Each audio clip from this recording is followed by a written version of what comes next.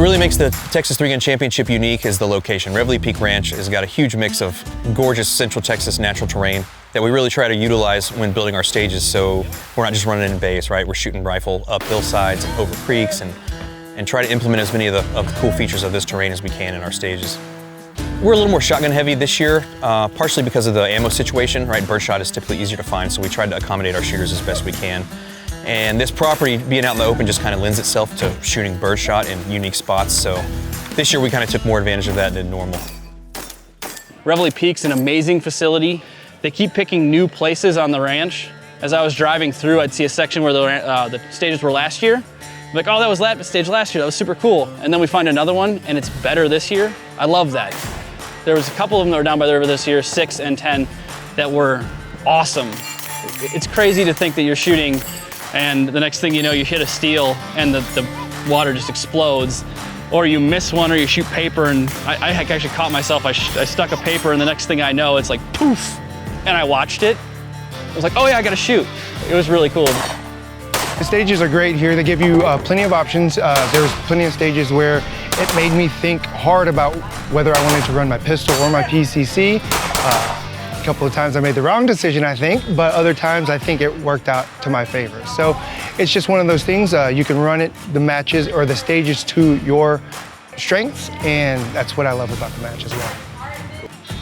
Long range is definitely very important at this match, but it also features a lot of different types of shooting and divisions that other people don't offer.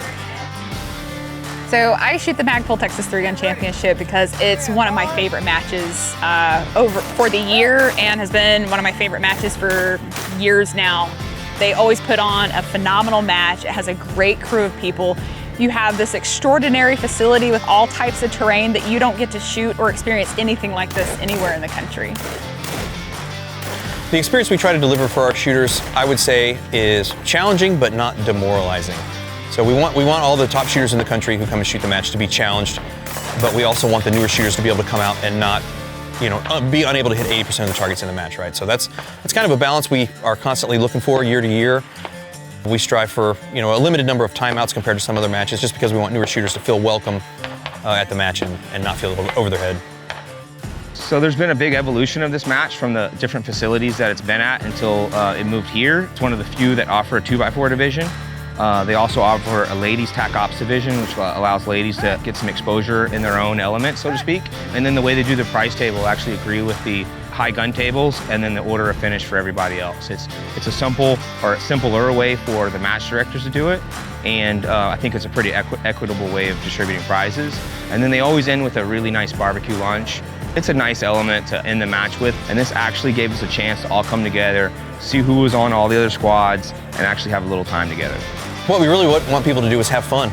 We've got some challenging weather conditions, which always makes things more difficult, but having fun shooting targets, shooting guns in the Texas Hill Country, it doesn't get much better than that.